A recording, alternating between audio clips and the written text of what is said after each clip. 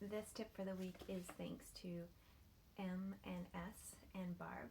We're going to talk about today is what to do if you're somebody who is being taken care of, whether that be physically, emotionally, whatever it is that you're going through, where there's a lot of suffering.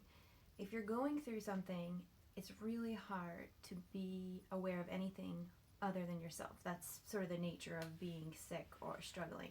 And as my friend Shelby Rowe likes to say, nobody suffers pretty, whether that's emotional or physical. And so having somebody or many people who care about you and who are trying to help can be challenging. It can be both wonderful and challenging. And from the perspective of the person who is sick or struggling, here are some tips about how to make that process go better. Because as you make that process go better, or as you work on that process, your experience, your anxiety will go down. And so we'll start from there. So got a nice long list. We'll see how long that we get, how far we get. So the first one is that you may have to help manage their own anxiety. So when somebody's scared, when they are sad about you, that naturally pumps their emotion up. And what we know about people whose emotions are high is that they have a harder time thinking clearly. And when people have a harder time thinking clearly, they're not as articulate, it's harder to think things through, and you come across, when your emotions are really high, in a way that you wouldn't otherwise come across, in sort of a less effective way. So if you're the person who is struggling, know that those around you may be worried and concerned and maybe not presenting their very best selves. So the suggestions that they may make and the way that they suggest them, while the intent may be entirely caring, may come off in the wrong way. So one of the tips is to assume the best. Assume that the intent, whether accurate or not, is caring, and that letting go of the delivery at that point, focusing as much as you can on the idea that they care.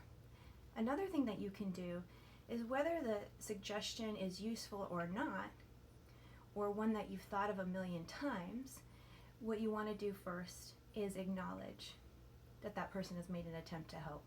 That whatever the content is, the idea is that they're trying to hand you something, and they're trying to hand you some food even though you may be allergic to that food, and you want to acknowledge that they have handed you something.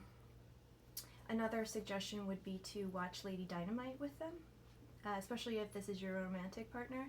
Not only one, because it's hilarious, but also because there's some nice examples of how to navigate relationships when one person is struggling. That takes me to humor, right? So even in the middle of suffering, those people who can be light in moments of lightness are the ones both who are the caretaker in that moment and the caretakee, whose relationships may grow through this. So joking, while at the same time acknowledging that this is serious, can make a difference. See, there's so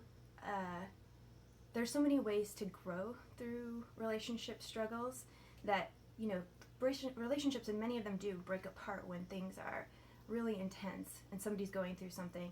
And then on the other end of things, they can potentially grow stronger in a way they never had. And if you keep that in your mind, that this is a possibility and that they're doing their best that they can, even if it is not as useful as you like, that can make this whole situation more manageable. So I've got a whole bunch more, and I'm going to hold off for now because this video is already too long. But that's a tip for the week. I hope you have a great week. Take care.